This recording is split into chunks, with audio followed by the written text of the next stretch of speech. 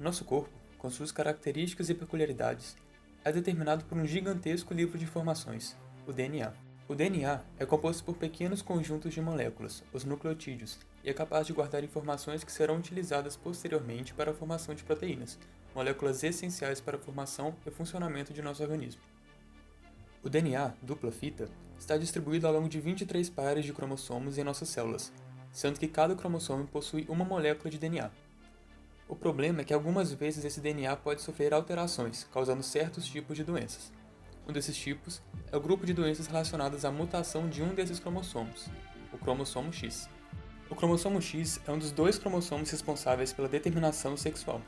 Os indivíduos do sexo masculino possuem um cromossomo X e outro Y. Já os indivíduos do sexo feminino possuem dois cromossomos X. Cada um desses cromossomos contém informações valiosíssimas, não só para a determinação sexual, mas também para a produção de outras proteínas importantes para o corpo, como uma proteína de membrana chamada distrofina. Essa proteína é gerada a partir da leitura do gene DMD-BDM, sendo responsável pela manutenção da integridade da membrana das células musculares. Em algumas pessoas, esse gene pode sofrer uma mutação, sendo incapaz de prover as informações para a correta formação da distrofina, causando certos tipos de distrofia muscular, como a distrofia muscular de Duchenne e a distrofia muscular de Becker. Essas distrofias afetam principalmente o funcionamento muscular, gerando fraqueza muscular com vários níveis de gravidade. Duchenne é a forma mais comum de distrofia muscular, com incidência aproximada de 1 em 3.000 a 4.000 nascimentos masculinos, e difere da distrofia de Becker por conta da diferença da quantidade de distrofina produzida em cada paciente. Em Duchenne, os indivíduos afetados são incapazes de produzi-la, enquanto que em Becker ela ainda é produzida, mas em quantidades muito abaixo do normal. Duchenne pode ser percebida logo na primeira infância, por volta dos 2 a 3 anos de idade. Os meninos acometidos apresentam uma série de sintomas, dentre eles atraso para começar a andar, dificuldade para andar, correr, subir escadas, quedas com frequência, entre outros. Além disso, os indivíduos afetados são incapazes de terem filhos, o que caracteriza uma mutação letal. Já os pacientes com Becker, uma distrofia muito mais rara, desenvolvem uma doença ao longo da adolescência, por volta dos 12 anos de idade, evoluindo com o passar do tempo. E além de ser menos grave do que Duchenne, os indivíduos com a mesma mutação podem ter apresentações e quadros de gravidade completamente distintos. O fato é que ambas ocorrem principalmente em meninos. Mas por quê?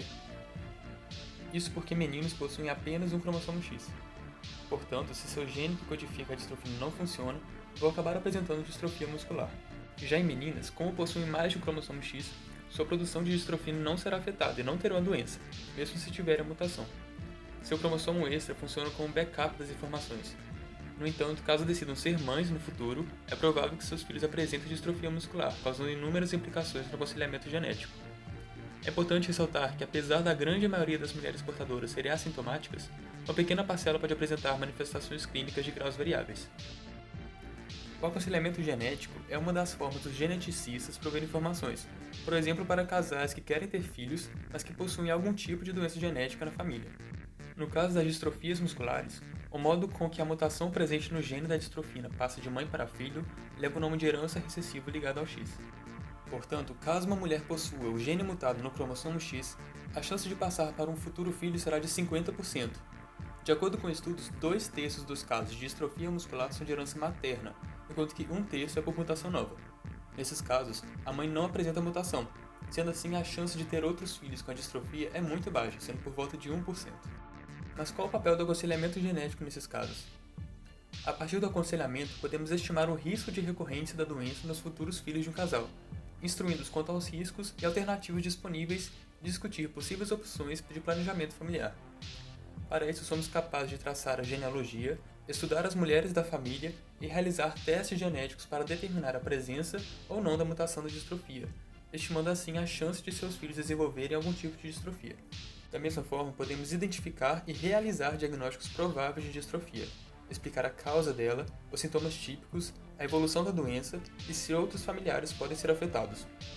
Nos casos de indivíduos com distrofia, o diagnóstico é realizado por meio da história clínica do paciente, da história familiar e por meio de alguns exames complementares, como dosagem de CCK no sangue, biópsia muscular e exame de DNA.